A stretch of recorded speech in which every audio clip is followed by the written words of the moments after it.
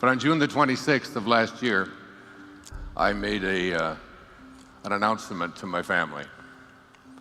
I told them that I had written 41 books. Many of them I have been blessed to have appear on bestseller lists all around the world. And that I was not going to do that anymore.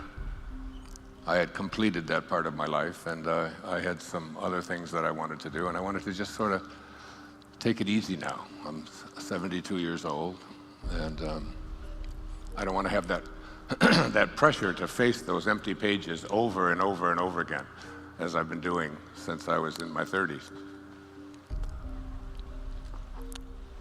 That was June the 26th. On June the 27th, I woke up and I began writing. And I wrote, excuse me, and I wrote, and I wrote, and I wrote for the next 5 months.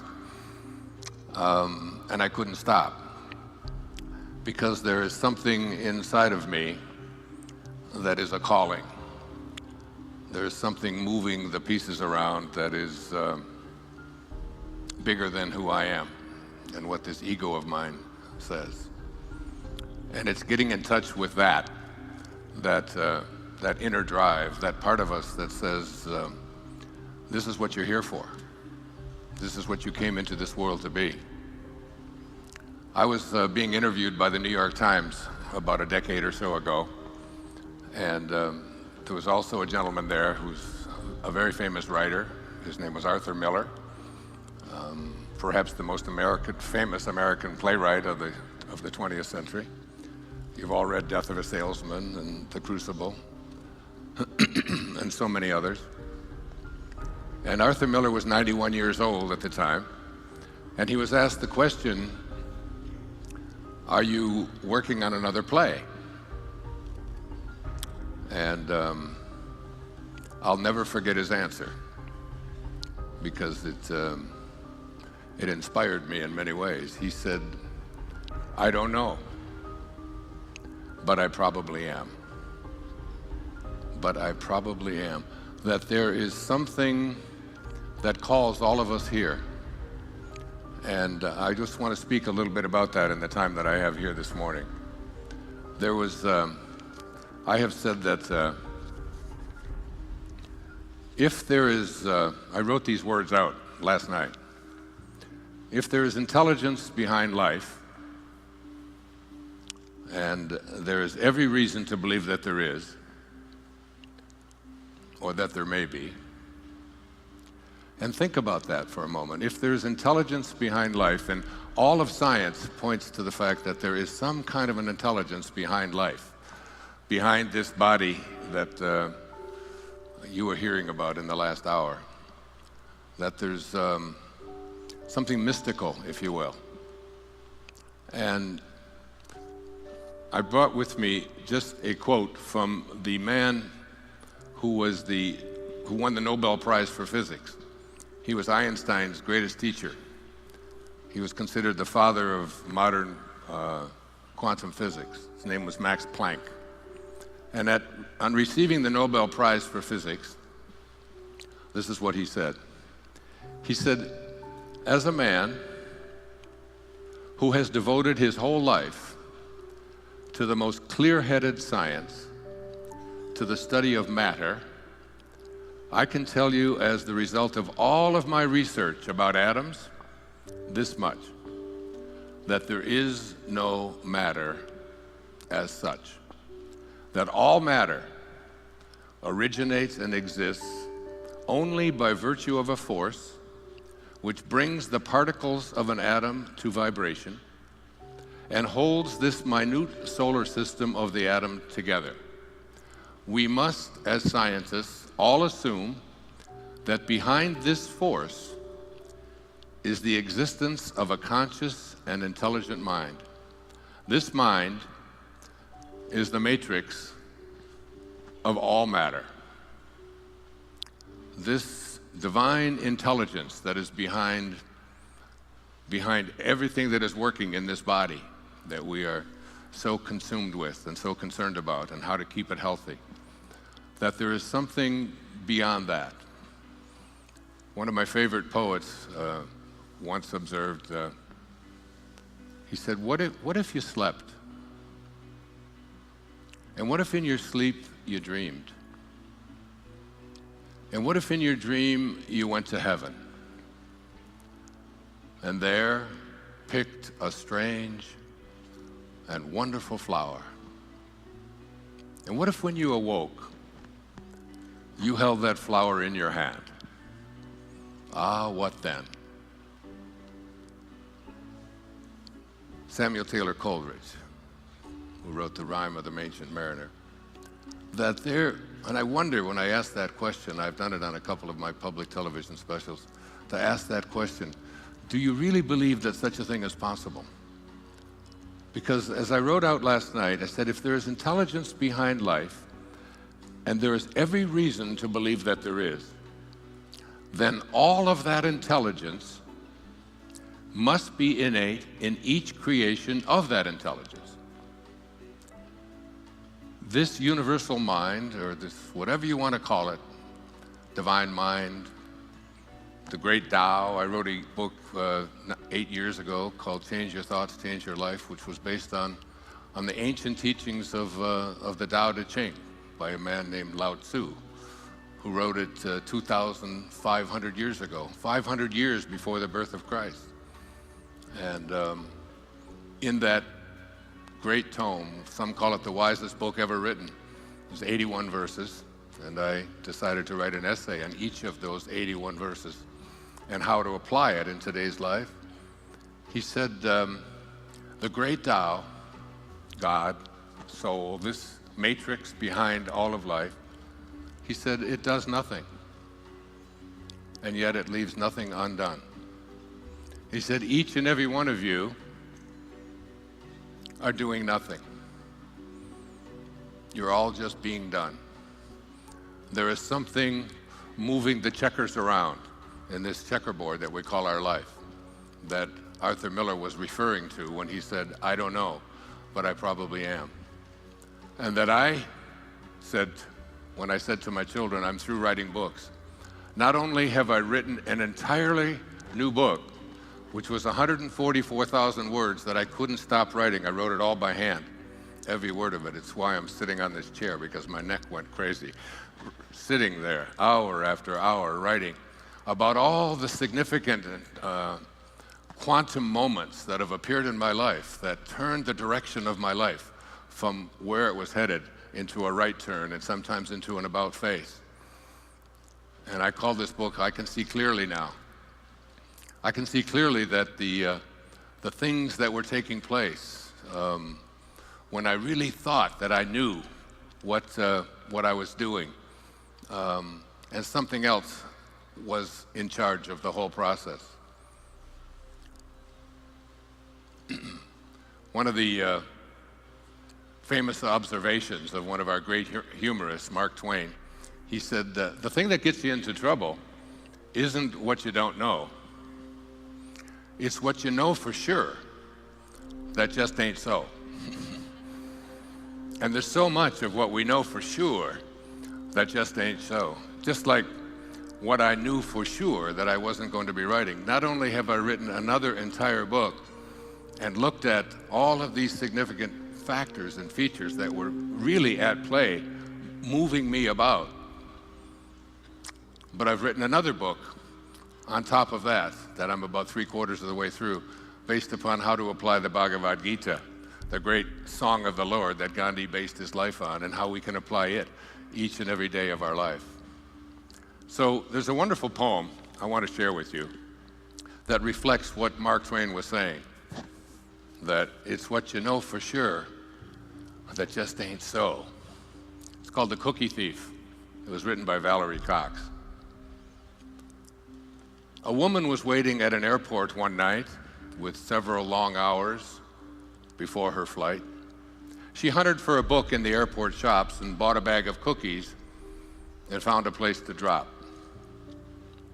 She was engrossed in her book, but happened to see that the man beside her, as bold as could be, grabbed a cookie or two from the bag between, which she tried to ignore to avoid a scene.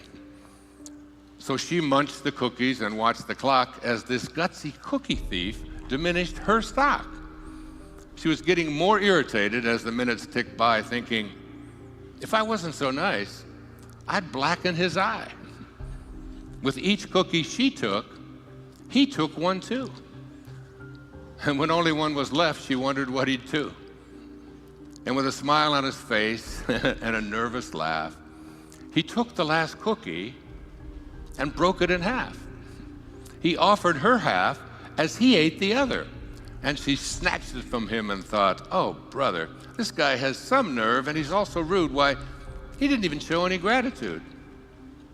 She had never known when she had been so galled, and she sighed with relief when her flight was called. She gathered her belongings and headed to the gate, refusing to look back at the thieving ingrate. She boarded the plane, she sank in her seat, then she sought her book, which was almost complete. As she reached in her baggage, she gasped with surprise. There was her bag of cookies in front of her eyes. If mine are here, she moaned with despair, then the others were his, and he tried to share. Too late to apologize, she realized with grief that she was the rude one, the ingrate, the thief. Isn't that beautiful? Valerie Cox.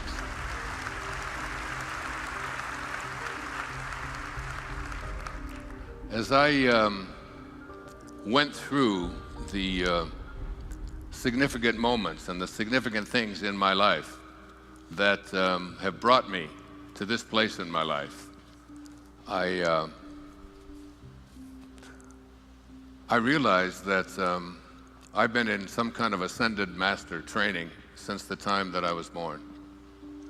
That if every single one of us come from this divine intelligence, which all of the quantum physicists tell us do, that particles themselves do not create particles, that everything comes from energy. This great program, all done through Salesforce, who with your CEO, who I'm sitting next to here this morning, this was an idea. This was a thought. Everything, William Blake said, everything that now exists was once a thought, which means that everything that is ever going to exist must also be a thought. And the greatest gift that we've been given is this great gift of our imagination. And if we can't put something into our imagination and be able to create it, then it isn't going to be able to become hardened into an objective reality where now over 100,000 people sign up for such a conference as you're attending today. It all starts with an idea. I just watched the film Jobs the night before last in my hotel room. And I can really relate, even though I think he might have missed out a bit on the kindness factor, but I can relate to this notion that when you have a dharma, when you have something that you came here to do, when there's a calling that you have, when there's an excitement that takes place within you, and when you can't let go of that excitement, that's really God talking to you. That it's the invisible part of you, it's the soul that says, the soul of ours, this invisibleness that we carry around. I mean, we can all find the command center. All the brain surgeons can go in and they can look and they can say, this is the command center where this causes this thing to happen, this causes that thing to happen. If I say I'm going to wiggle my finger, and you say, well, and then I have a thought, and then that thought gets transferred and 1 trillion cells start working, and my finger wiggles from a thought. And we can find the command center, we can cut it off, and we can do things inside the brain. But no one has ever been able to find the commander in the command center that says, I think I'm going to wiggle my finger. I think I'm going to move my left foot. I think I'm going to write a book. I think I'm going to create something. That place of being aligned. Herman Melville, writing in Moby Dick. This really relates to me because I live on an island, as does Mark. I live on Maui. He lives on the Big Island. And I'll be there tomorrow morning in the ocean. Melville said this in Moby Dick: "For as this appalling ocean surrounds the verdant land,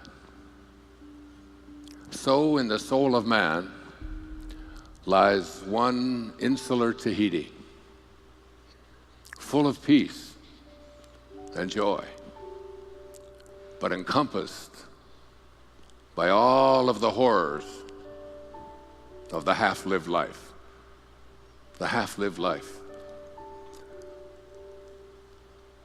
When I get to the time when I leave this body, I will never say that I lived the half-lived life.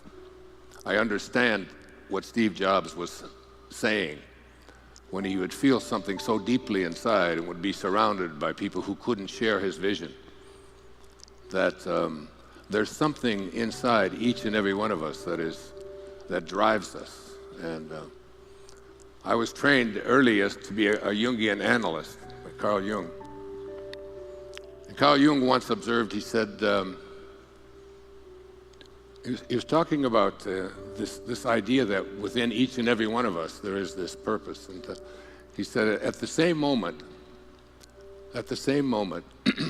that you are a protagonist in your own life and you're making choices, at the very same moment, you're also the spear carrier or the extra in a much larger drama. And he concluded that, and I've never forgotten this. He said, all of you are doomed to make choices. It sounds like such a paradox. If you're doomed, how can you be making a choice? So let me bring it into looking first at your own body. And you heard the doctor speaking before about your bodies, and so much of what he was saying I align with and relate to. Our bodies are what we are given to live out this incarnation, this time on this planet. I happen to be given a male body that's about 6'2", and it has hair that used to grow on its head and now grows in its ears, and all of these things. This is what I was doomed to. I mean, I'm not going to be in a female body. I'm not going to be in a body that has brown eyes when I have blue eyes, and so on. So in a sense, you are given this body. But you also have choices to make. And the choices that you make within this sense of being doomed, which is what he meant when he said you're a protagonist in your own life, but you're also a spear carrier in a much larger drama. That there is something bigger moving all of these pieces around. And this thing that is bigger, that is moving the pieces around, is something that you have to align with. And you can align with it in your body by treating it well, by feeding it the applause line, real food, by exercising, by watching how you relate to this body. You can make a huge difference, but you're still in this context of being doomed to make choices. Now look at the rest of your life. All of the things that brought you to this place, to this day right here in your life. And most of us have come into this into this place where we don't recognize this fundamental truth that within each and every one of us there is this this capacity that I have in one of my most recent books called Wishes Fulfilled. I call it the I am discourses. The word I am. See, if you want to be able to change something about yourself or to align yourself with this divine mission in which you say, yes, I have been doomed to do all of these things, but there are choices that I can make so that Rumi said that at the moment you are born, a ladder is placed before you to help you to escape from this world. So here's this ladder, this metaphorical ladder that is placed before us, and there are rungs on this ladder until you reach the top. The top of this ladder, I call it divine love. It's what T.S. Eliot spoke about. I use a lot of poetry because I write a lot of poetry and read a lot of poetry and believe that poets can speak to us in language that is very different than what scientists often speak. T.S. Eliot said that we shall not cease from exploration. But at the end of all of our exploring will be to return to the place from which we originated and to know it for the first time. Now, he was speaking about death, I believe. I'm not. I do not think that we have to leave our bodies in order to understand this divine intelligence from which we originated. I had a wonderful meeting back in the early 1970s, late 1970s, with Buckminster Fuller. He's a great scientist, great man. We were speaking together at a conference in Denver, Colorado. And after the conference, he said, all of us are born geniuses, but life itself seems to de-genius us.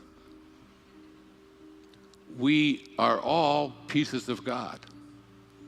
If we came from a divine intelligence, and all of that intelligence must be in all of its creations, then all of it must be in us, in each and every one of us. That all of us have these enormous capacities, these powers to be able to heal ourselves and to heal others, to manifest what it is that we want to place our attention on, to be able to create massive changes in our world, to bring peace to a place where there's so much violence and hatred. The Dalai Lama once said that if we could take every child on this planet at the age of 5 and teach them to meditate for 1 hour a week, we could eliminate all violence that exists on our planet in 1 generation. Imagine 1 hour a week as a child, just thinking about compassion. We have so much violence in our world because we have violence in our heart. The violence that we have in our heart is because we have left our source of being, and we fill ourselves with rage and beliefs about who we are. But the truth is that most of us can't answer the simple question about who we are. I had a great teacher in India. His name was Nisargadatta Maharaj. My friend Deepak Chopra, who will be speaking here soon with me, introduced him to me. And I read his great work, I Am That. And he was asked the question, what is real? Master, what is real? And his response was, that is real, which never changes. Everything else is illusion. So, how does this apply to each and every one of us? What is there about you that has never changed? I have a picture of myself when I was 21 years old on the wall at home, and that was 50 years ago. There's not one cell of that body, that 21-year-old body, that's left here on this planet. It's all gone, every cell. And yet, I still persist. Here I am, in this body. And I sit here now in this 73-year-old body believing that this is me. But an hour from now, this body that I'm sitting in here will be a different body than the one I walked up onto the stage with. That everything in this physical domain is in a constant state of change, except for that invisible divine spark, the part of us that is real. And that part of us has a knowing about who we are and what we came here to be. Emily Dickinson, I just watched, Julie Harris just passed away about 2 months ago. And they announced that on TV, and I was watching, and she was 87 years old. And she portrayed Emily Dickinson in a film called The Belle of Amherst. She was from Amherst, Massachusetts, born in 1830. And so I ordered it. I had my children order this film for me, and they sent a copy of it to me. And it's a 2-act play. And it was Julie Harris just being Emily Dickinson, this recluse of a woman who wrote so much beautiful poetry. And she once said that, and when it was over, I watched the thing by myself in my writing space, in my sacred place. And as I watched it, I stood up when the audience stood up, and I gave her a standing ovation for as long as the audience could. I could not stop myself. It was so brilliant and so beautiful, something I encourage you to do. Julie Harris was just magnificent. I couldn't imagine being on stage and being so brilliant for such an extended period of time. Because I could not stop for death, he kindly stopped for me. The carriage held but just ourselves and immortality. This quiet dust, she would say, holding up a handful of dust, this quiet dust was gentlemen and ladies and lads and girls, was laughter and ability and sighing and frocks and curls, this passive place, a summer's nimble mansion where bloom and bees fulfilled their oriental circuit, then ceased like these. My beautiful mother passed away last July 22nd. And 2 days later, after she was cremated, she was 96 years old, they gave us an urn with her ashes in this urn. And I held this urn up, and I look at it and I say, surely this is not my mother. Not this handful of dust. Surely all of you are not what your ego has convinced you that you are. All of my accomplishments, all of my possessions, my reputation, how I'm regarded by others, all that I own, all that I've created, this great company, surely you're not these things, because they're not real. They're not real in the sense that they're always changing, just as your body is always changing. Surely that's not you. And coming into contact with who you are is the lesson that I learned in writing I Can See Clearly Now. I lived in an orphanage the first 10 years of my life. My father walked out on his family. My mother had 3 boys in 4 years by the time she was 22. And I was born in 1940, and my brothers were born in 1938 and 1936. My father just decided that he couldn't handle this. He was an alcoholic. He spent some time in prison. He was a thief. He was, by all accounts, the most evil of people. The kind of man that I did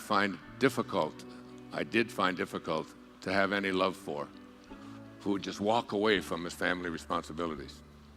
My mother was able, when I was 10, by 1949, to remarry my father in another body, another alcoholic, abusive man that I lived with for 5 years. Because life gives exams, I guess, and if you don't pass them like algebra, you take it over until you get it. And that's what she did. And so I was reunited with my family. My middle brother, David, and I were together through all of the foster homes and all of the orphanages that we lived in, all of the random abuse and craziness that went on in those years. And we were finally reunited. And in the 4th grade at Arthur Elementary School on the east side of Detroit, I had a teacher. Her name was Mrs. Engels. And every day she would read to us. And she would read to us from 10 minutes to 3 until 3:15, provided that the class was good, meaning that they weren't noisy and rowdy and that we had to keep quiet in order to listen to her read this particular book that she read, which was a turning point in my life at the age of almost 10. It's why I know that there's something moving the pieces around in every single one of our lives. And what we have to do is we have to find our excitement and what it is that makes our soul feel good. And then stay with that, independent of what others might say. So I became the enforcer in the 4th grade at Arthur Elementary School, because when anybody would start to talk, I would walk over to them, or I would get them and tell them that they were not going to get to hear the story. And nobody really was that interested in hearing the story except me. I was just enthralled by this story. And the story was The Secret Garden. It was written in 1909. And it was the story of a little orphan girl, only I was a little orphan boy, who had just been reunited with his family, just met my oldest brother, didn't even know him before, my brother Jim. And I was finally living in a family and had a stepfather, but he was drunk every day. But what I learned in reading The Secret Garden, listening to The Secret Garden, is that there is a secret garden inside each and every one of us, and that door opens inward. And there is a place within each and every one of us where we can see God at work. We can see God within ourselves. We can know that we are pieces of God. We are sparks of God. We must be like what we came from. We came from this intelligence that Max Planck spoke about, the matrix of all matter. And all of its creations must contain all of its intelligence, so that it's in all of us. The ability to have that secret place, that inner Tahiti, full of peace and joy. There was a little boy in that book named Dickon who always looked at the positive side of everything. He could just never talk about death, and he would never talk about sickness, and he'd never talk about what was wrong, because he said, what you talk about, you become. What you think about becomes your reality. I was 10 years old. It's almost as if I had to have a conversation with God before I got here. And because I told Serena, my daughter, many times, if you don't like the way I'm parenting, because she would always give me little lectures about how I was doing it wrong as she was growing up as a teenager. And I'd say, if you don't like the kind of father that I am, then you should be very careful and recognize that it isn't my fault. I'm just doing what I know how to do, and you picked me to be your father, and if you didn't like the kind of father that I am, you shouldn't have picked me, you should have picked someone else. And she looked at me and said, you mean to tell me that I picked you before I came in? I said, exactly.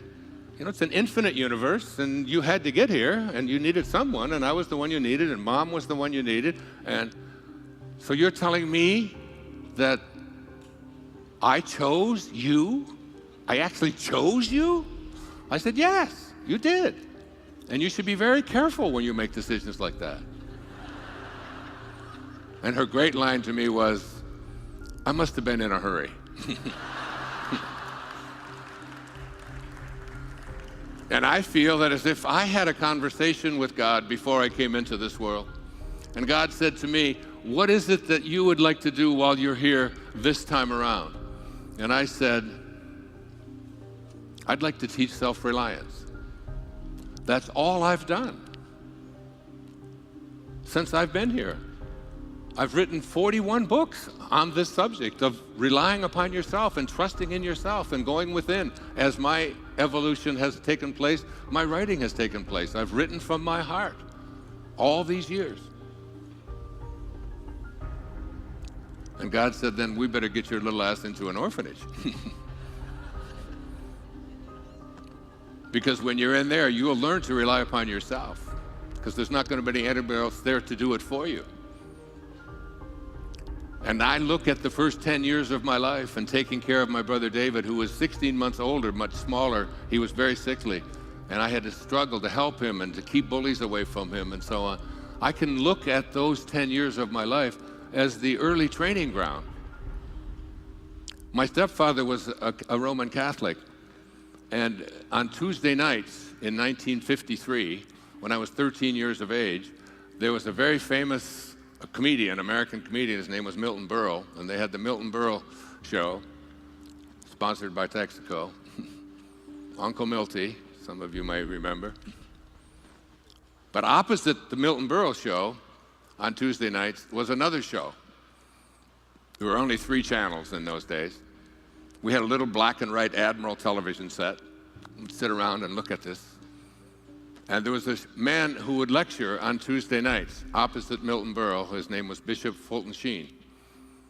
And my uncle, my stepfather, Bill Drury, loved to watch Bishop Sheen. And I used to come, and I was 13 years of age, and I would watch Milton Berle only on the commercials, because Bishop Sheen fascinated me so much that I would actually bring a notepad, and I was taking notes on what he would say. And the name of his show, does anybody remember the name of his show back in 1953? It was called Life is Worth Living. In the 41 books that I've written, the subtitle on every one of them could have been, Life is Worth Living. There is something deep within each and every one of us that allows us to know that life is worth living and that we can make a difference in this world. And whatever it is that creates that excitement within us is really our connection to God. When Muktananda, the great Indian saint, would have people come to his ashram, and as they would enter the ashram, he would ask them the question, do you know the difference between good and God? And if people would say no, they didn't know, he would take his hand and he would go like this and make a little zero. And he'd say there's zero difference between good and God. So whatever it is that makes you feel good is really God. If it's your soul that makes you feel good, and if it doesn't inhibit anybody else from being able to feel good, then that's your dharma. And you have to go with your excitement. I suspect that this company wouldn't exist if there wasn't somebody that had an idea inside of them that made them feel good about how can we help to transform people's businesses so that they can live more successful and happy lives. But the greatest success definition that I've ever heard happened when I was being suspended from high school for speaking up about some things that they didn't take nicely to in high school. I had to fill out some forms about my father's name, my mother's name, and it was always very confusing. I never knew what to do with that, so I just wrote, "That's my business." And instead of them asking me why I would take such a stance, they sent me to the office, and I had to sit on the bench and wait for Mr. Wolf, the principal, to pass his judgment, and then he would make my mother come. And while I was sitting there waiting 3 days, they had a little book there written by Henry David Thoreau called Walden Pond. But at the back of that book was an essay on the necessity of civil disobedience. And I figured if they put that book there, that must be there for a reason. They must want people like me to read it. And so when I had my meeting with Mr. Wolf, and my mother had to come from work and take 3 buses to get there, and I explained why I had said what I said, and that we have to stand up against these silly things. And this wasn't the first time I was there in that office. But Thoreau said this in that essay on the necessity of civil disobedience. That is, when things are out there that you don't agree with, that you have to go within and find something inside of you that says you have to stand up for it. I know, because when my own mother was born in 1916, women couldn't even vote in the United States until she was 4 years of age. And that didn't happen because people obeyed the rules.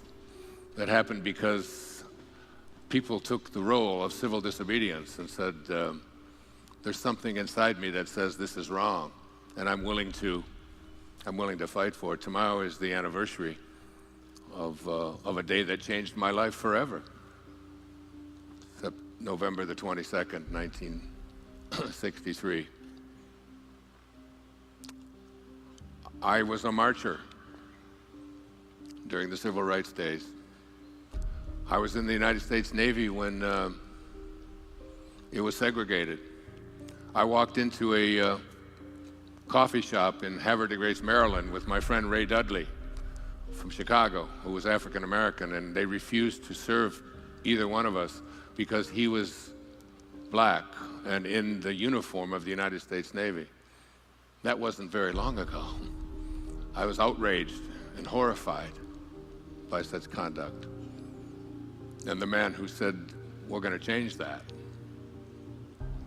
put hope in my heart. And the day that he died, I was at Wayne State University in Detroit, driving up Crane Street. It's on my Facebook page today. I wrote a whole thing about it. It's a chapter, and I can see clearly now, because I decided that I wanted to be someone who could make a difference in this world, who could end that kind of hatred and horror shows that was so present back there in the 60s and 70s. The United States Navy was segregated when I was in it, and it was an outrage to my soul. And I just like to say a little prayer, I guess, for the 50th anniversary of this man who made me believe that one person can make a difference. He put hope in my heart and in my soul. And Thoreau's definition of success was this. He said, if you advance confidently in the direction of your own dreams and endeavor to live the life which you have imagined, you will meet with a success unexpected in common hours. That's what my life has been about. It's been dedicated to this idea of advancing confidently in the direction of my own dreams and endeavoring to live this life which I have imagined. And the key word there is dreamed and imagined. Your imagination is your greatest gift. Anything that you can place into your imagination can harden into a reality if you follow very specific principles. I outlined them in detail in Wishes Fulfilled. If you begin to assume the feeling of a wish fulfilled, if you begin to know within your heart that what it is that you came here to be and came here to do. I was so blessed as a young doctoral student to have as a mentor a man many of you read when you were in college. His name was Abraham Maslow. He's most famous for his hierarchy of needs. At the top of this pyramid, he said, there is something inherent in each and every one of us.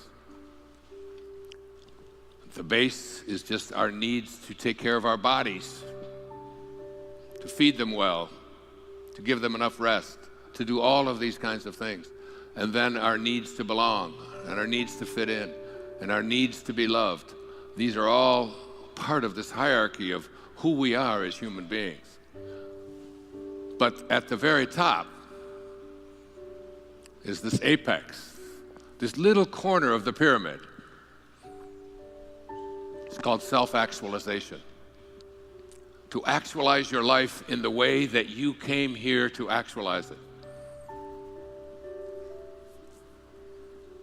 And Maslow said that there are certain people who come into this world who live from a self-actualized perspective. And there's certain things about them, there's certain qualities that they possess. There's a certain way that they go about their life. And that they're very seldom understood. I thought about that a lot the other night as I was watching Jobs. I think about it as I was sitting next to your CEO, Mark. And I think about it in terms of my own life. Because so many people are willing to come into your life and tell you what your dharma ought to be. That you should be doing this. That you should live that way.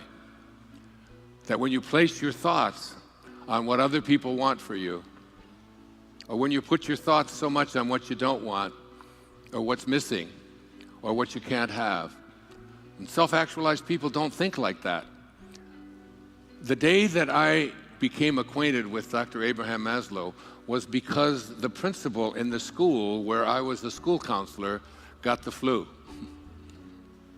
And she changed the whole course of my life that day when she got the flu. Because she got the flu and was sick, I had to address the entire parents group of the school that I was teaching at in Michigan, Mercy High School. And the day after Labor Day, in 1966, I addressed the students and their parents on what I had a vision for what the school year was going to look like. I was 26 years old. I had just received my master's degree and was ready to peruse all of the different ways of studying for a doctoral degree. I was going to study Jungian analysis. I was going to study Skinnerian approach to psychology. I had all of these ideas on what I wanted to do. And a girl named Nancy Armstrong walked into my office. Now, these are quantum moments. Maslow called them peak experiences. She walked into my office, and I look back at this as I wrote I Can See Clearly Now, and I think about this so profoundly. It was like she handed me a book. It was a compendium of great contributors, Yeats and Freud, and I mean every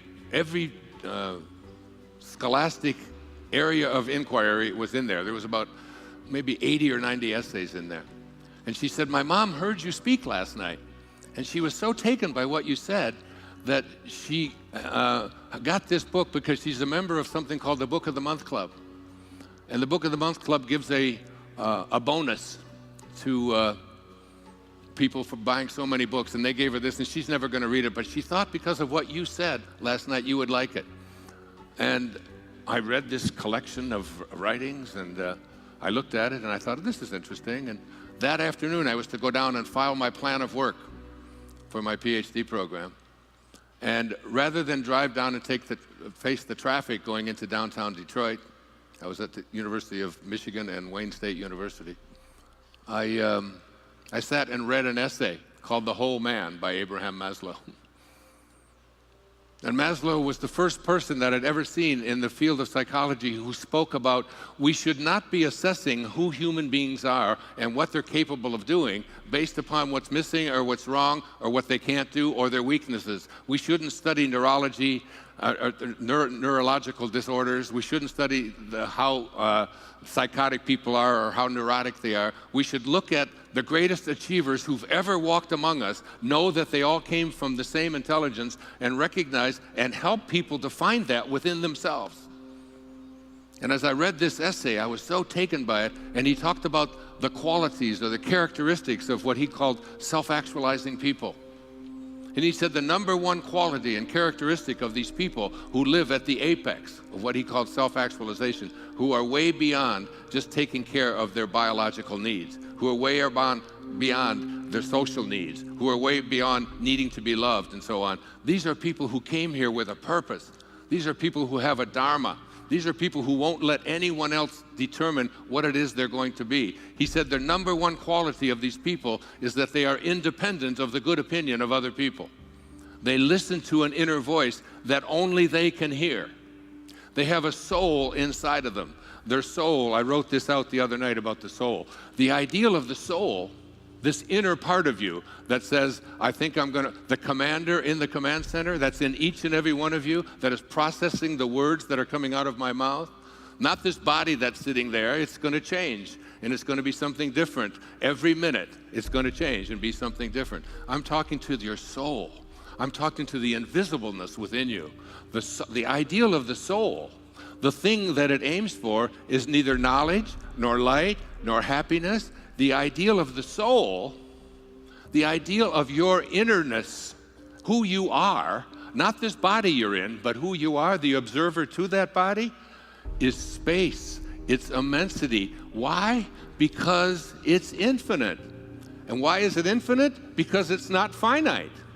It's either finite or it's infinite. Finite means it begins someplace and it stops someplace. Where do your thoughts stop? Where does your soul stop? It doesn't. So therefore, anything that's inside of you that is infinite has got to expand. It has to expand. It needs to keep growing. And anytime you try to put it into a box or compartmentalize it or tell it what it ought to be, you know, all of you, I don't know all of you who are parents, but you've all heard your kids at one time or another say, "You're not the boss of me. You can't tell me what to do." You've all heard this, right? You all said it yourselves. When I was a kid, I was called a scurvy elephant, because when I came home from school, I asked Mrs. Scarf, the lady that I was living with at the time, "What's a scurvy elephant?" She said, "Where did you hear that?" She said, I heard Mrs. Poole telling the principal that Wayne Dyer is in her classroom and that he's a scurvy elephant. She got on the phone, she called the principal, she said, "That's Wayne, he never gets anything right, he gets everything mixed up." She didn't say he was a scurvy elephant in her classroom, she said he was a disturbing element in her classroom. Your soul is a scurvy elephant. That inner part of you that wants to expand, it has a theme song. Ready? It was sung by Bing Crosby. It was sung by Roy Rogers. "Oh, give me land, lots of land, and the starry skies above. Oh, let me ride through the wide open spaces that I love. Don't fence me in. Don't put a fence around me. Don't put me into a box. Don't tell me how my life ought to be. I came here with a purpose. I came here with something that I have to do."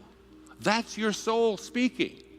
And a person like Steve Jobs doesn't take kindly to it. The ladder that I spoke about that Rumi placed before us at the beginning of our lives to help us to escape from this world helps us to deal with this whole idea that we are doomed to make choices. Yes, our physical body is what it is, but we can make choices about it. Yes, our spiritual body, our purpose, our dharma, what we're here for, it's also doomed, but we make choices. What are the choices? You came here to be a great artist. I did a whole film on this. It's called The Shift. And this whole idea is that you came here to be a great artist. Do you pick up a paintbrush? Do you do what Van Gogh did? You just go out there and paint because it's in your soul? Because the second characteristic of self-actualizing people, according to Maslow, is that they are detached from outcome. They don't do what they do because of what result is going to come to them, because of how much money they're going to make, how much prestige they're going to get, how big their business is going to grow. That is not what motivates self-actualized people. What motivates self-actualizing people is, this is my calling. I found myself reading the Bhagavad Gita for the third time in the last 3 months. I just keep reading it over and over, just like when I did the Tao 8 years ago when I turned 65 and couldn't stop it. And the teachers showed up. The Buddhist proverb is that when the student is ready, the teachers will appear. It's not whether there's teachers there, there's teachers everywhere. Everything is a teaching. The question isn't whether the teachers are there, the question is, how willing are you to pay attention? How willing are you to listen to that inner voice that no one else can hear? That little scurvy elephant in there that says, you're not the boss of me. You can't tell me what I'm here for. You have to, it takes a kind of fearlessness, because fear is such an omnipresent force in our lives. It's, you hear the doctor talking about cancer, so much of it. I just had a person on my last public television special named Anita Moorjani, who wrote a book called Dying to Be Me. An amazing book, an amazing woman who had end-stage cancer. She was down to 82 pounds. No one who had ever had that level of cancer had ever even survived. She had hours to live. They were whispering in her ear. She was flatlined practically. And she, from the other realm, from the other vision, was told by her father, who had passed 10 years before, you can go back. You have something to teach. And she didn't want to. Now remember what Mark Twain said, and remember the cookie thief. It's not what you don't know that gets you into trouble. It's what you know for sure that just ain't so. My philosophy has always been, have a mind that's open to everything and attached to nothing. Open to everything. All things are possible. Jesus said it so beautifully in the New Testament, I don't have to say it. With God, with your highest self, with this place of divine love, all things are possible. And when you have this knowing within, this is what I'm here for. This is the song I came here to play. Independence of the good opinion of other people, detachment from outcome. I do what I do because of the passion I feel. I am not here because of what you paid me to be here for. I am not here because of any need that I have to sell another book. I am not here for anything external to myself. I am here because I have a passion within me, the same passion that I felt 50 years ago tomorrow when the President of the United States, the man that I believed could change what happened to Ray Dudley and myself in Havre de Grace, Maryland, back there in 1961. That we can, when we get something into our hearts, a different kind of love. The great Peter Dunov, a great Bulgarian scholar and spiritual master, who Albert Einstein said of Peter Dunov, he said, the whole world bows before me. And I bow before Peter Dunov. Peter Dunov, in 1944, the year that he died, when the country of Bulgaria was overrun by the Nazis, was the person responsible for not one Jew being sent to the concentration camps, because he contacted the Tsar and was able to keep them from sending the people that were on the trains. It was a spiritual knowing. This man wrote over 250 books on something called divine love. A kind of love that I aspire to. A kind of love that is beyond the ego. The ego is this part of us that has edged God out, E-G-O. It's edged God out. Rabindranath Tagore, the great Indian poet, said, speaking of the ego, I went out alone on my way to my tryst. But who is this me in the dark? I step aside to avoid his presence, but I escape him not. He makes the dust rise from the earth with his swagger. He adds his loud voice to every word I utter. He is my own little self, my Lord. He knows no shame, but I am ashamed to come to thy door in his company. That's the ego. That's the part of you that says who I am is what I have and what I do and what I've accomplished and what other people think of me and how much I own. And all of those external things. Maslow said that self-actualizing people do not even see appearances. They see the unfolding of God in everything and everyone they encounter. Much like Mother Teresa, whose presence I was graced to be in 1989. She said, when she was asked the question on KTAR radio in Phoenix by Pat McMahon, my dear friend, is there anything I can do for you, Mother Teresa, to help you with the work that you have come here to do? And she said, no. I just came here to support the homeless shelter that was built here in Phoenix, where I stayed last night. He said, but Mother Teresa, I could raise money. This is a 50,000 watt clear channel station. We go all over the United States. Could I just do anything for your ashram in Calcutta? And she said, no, Pat. She said, stand up. She was about 4'10" herself. He said, Mother Teresa, we could raise money. She said, I'm not interested in raising money. I'm here to support the homeless shelter. He said, isn't there anything that I can do? And she said, there is one thing that you can do for me. She said, tomorrow morning, get up at 4 a.m. and walk out onto the streets of Phoenix and find someone who's living there who believes that he's alone.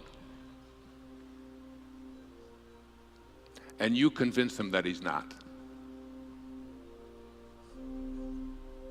It makes me cry. She said, every day I see Jesus Christ in all of his distressing disguises.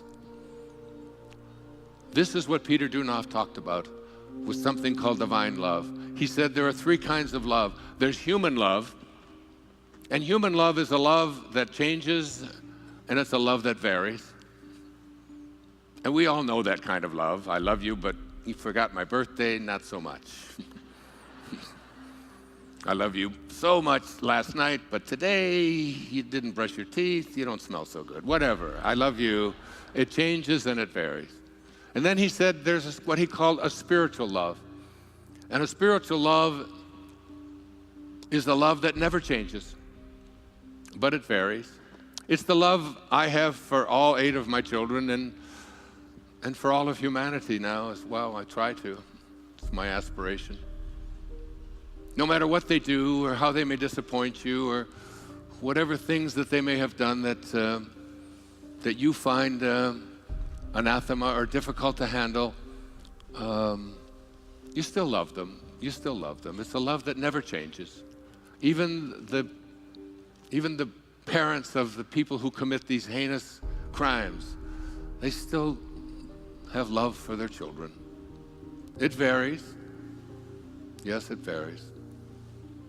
It varies even with our own children, but it never changes. But then there's a love that he called divine love. And divine love is a love that never changes and it never varies. It's the love that your source of being has for you, that invisible intelligence, God, source, divine mind, Tao, Krishna, Allah, Buddha, call it what you want. The opening line of the Tao says, the Tao that can be named is not the Tao. This is the kind of love that I aspire to teach. Where nothing but love comes out. The telling moment of my life occurred on the 30th of August, 1974, when I went to my father's grave after finding out he had been dead for 10 years. And I went there with a different intention on what I was going to do on his grave. I was so filled with rage and anger and hatred toward this man. But rather than do what I had gone there to do, some invisible, divine, organizing intelligence that moves the planets and grows your fingernails and beats your heart, that commander in the command center to which you are always connected, your I am presence, if you will, called me back to his grave after I cursed him for 2 hours on that Friday afternoon. And I stood there and I said, from this moment on, I send you love. Who am I? Who am I to judge you? You did what you knew how to do, given the conditions of your life. And when I left that gravesite, I was a completely changed man. Alcohol hasn't touched my lips since that day. I walked away from it. I got myself into the best shape of my life. I began running, and relationships began to change. The right people, the right woman came into my life. My children began to appear. Because when you advance confidently in the direction of your own dreams and endeavor to live the life which you have imagined, you will meet with a success unexpected in common hours. Everything about my life changed. My writing took on a whole different flavor. Before, I was stuck. I checked into a motel room, the Spindrift Motel in A1A in Fort Lauderdale, Florida, and I wrote a book that today has over 100 million copies in print in 47 languages, called Your Erroneous Zones. It came because the rage was gone. Mark Twain once said that forgiveness is the fragrance that the violet sheds on the heel that has crushed it. That's divine love. It's the love that Hafiz spoke about. Even after all this time, the sun never says to the earth, you owe me. Just think what a love like that can do. It lights up the whole world. If we can get the hatred out. I brought a poem. I just did a new public television special. And I closed it with this. We built a treehouse. It'll be airing beginning in June. And I speak about divine love, and I do a seminar every year in Maui. You're welcome to come. Well, you're almost welcome. It's almost sold out. But I do it with, this year I'm doing it with Anita Moorjani, myself, and Immaculée Ilibagiza, the brilliant Rwandan woman who survived the Holocaust of 1994 through her faith in God. Saints that I'm going to be presenting divine love 2 days in January. But this is one of the favorite poems. It gives me what my kids often call the tinglies. That goose flunch. Goose? Did I say goose? It's like goose, only it's goose. Goose flesh. It's called In a Treehouse by Hafiz. And we built this beautiful treehouse, and it's you'll love it. You'll see it on PBS. Light, said Hafiz, will someday split you open, even if your life is now a cage. For a divine seed, the crown of destiny is hidden and sown on an ancient fertile plain that you hold the title to. This is where you came from. This is what I spoke about with T.S. Eliot when I first came out. This whole idea that there is an intelligence that you will come to know. Listen, for a divine seed, the crown of destiny is a hidden and sown on an ancient fertile plain that you hold the title to. This is your destiny. Love will surely bust you wide open into an unfettered, blooming new galaxy. Even if your mind is now a spoiled mule, a life-giving radiance will come. The friend's gratuity will come. Oh, look again within yourself, for I know you were once the elegant host to all the marvels in creation. From a sacred crevice in your body, a bow rises each night and shoots your soul into God. Behold the beautiful, drunk, singing one from the lunar vantage point of love. He is conducting the affairs of the whole universe while throwing wild parties in a treehouse, on a limb, in your heart. Hafiz. Poetry, so beautiful. When you take that last breath, your body, my dear friend Ram Dass that Mark was speaking to me about before, who lives with me on Maui, when he celebrated his 80th birthday, we were all asked to just say something special to him, and he's one of my dearest and closest friends who wrote Be Here Now and was instrumental in one of those turning points that I wrote about, and I can see clearly now. And I gave him a line from William Butler Yeats, the great Irish poet. I said, Ram Dass, this is what Yeats said about an old man. He said, an aged man is but a paltry thing, a tattered coat upon a stick, unless soul claps its hands and sings and louder sings for every tatter in its mortal dress.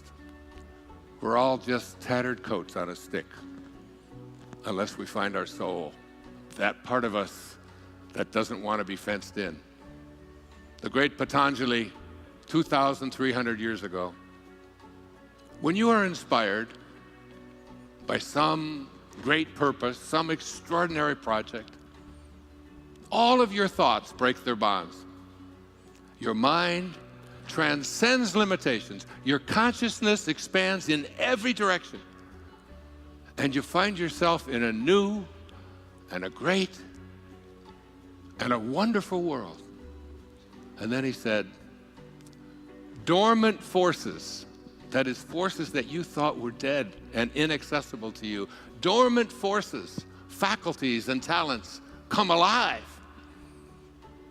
And you discover yourself to be a greater person by far than you ever dreamed yourself to be. You discover yourself to be God, to be a piece of God, that intelligence that is in all of its creations. Said Rumi, you who seek God apart, that which you seek, thou art. If you want to seek the beloved's face, polish the mirror and gaze into that space. Because in every moment of your life, ladies and gentlemen, I promise you, you have this choice. You can either be a host to God or a hostage to your ego. It's your call. Thank you, and God bless you. Thank you. Thank you so much. Thank you. Thank you. Thank you. Thank you. Thank you. Thank you. Namaste. Thank you very much. Thank you so much, Wayne.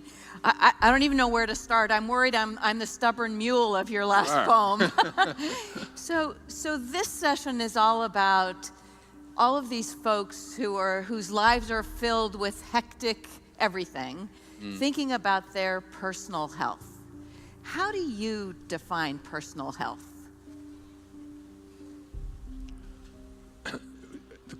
The question is just whether or not you're aligned with your source of being. We all have one free will, and our free will is the choice to be connected to that from which we originated or disconnect from it. And the way to stay disconnected to it is not to identify with your body and its health. It came into this world at the moment it was supposed to, and it will leave, and you have choices. Melville said that God's one and only voice is silence. And Blaise Pascal, the great scientist and philosopher, said that all of man's troubles stem from his inability to sit quietly in a room alone. Learn to connect to God, whose one and only voice is silence. I do it every morning for 2 hours, and it's how I live. You'll find peace there. That's your inner Tahiti.